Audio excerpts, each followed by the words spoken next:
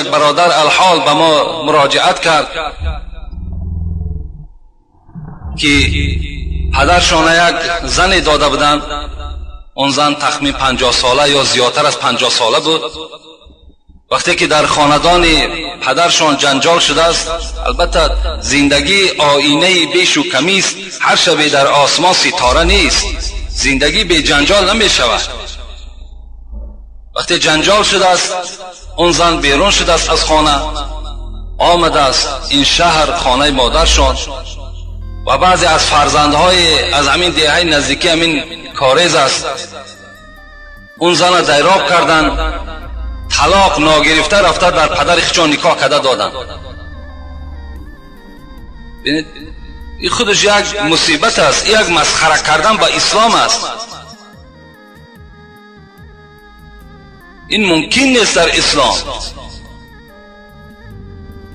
زنی که بیعود بی نکاح است، اون نکاح نشد، اگر چند تا روز خطبه بخواند خواندن میگیرد، اون خطبه معنای را ندارد که نکاح واقع شد.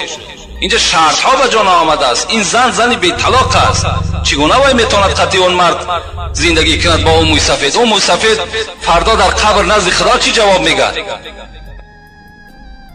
خدای مهربان میگوید من شرم میدارم موی سفیدی که ریشش سفید است و عذاب کنم. آیا موی سفید شرم نمیدارد که به سوی من گناه میکند؟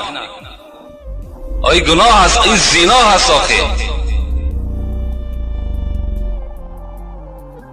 تا زنی که اگر طلاق کردگی و عده، ما درباره عده با شما صحبت داشتیم، تا عده او نگذرد، زن 50 ساله از 50 بالا عدهش 3 ماه است.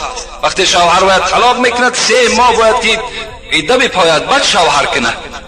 اگر در این مدت شوهر کند او شوهر نیست، این نکاح نیست. همخوابگی اونها همچنان که زنا در راه خدا زنا کرده ایستادند. خوب میشود و کسی نباشد با او زن دیگر همخوابگی نکنند، اون زن جدا کنند. از خدا بترسیم.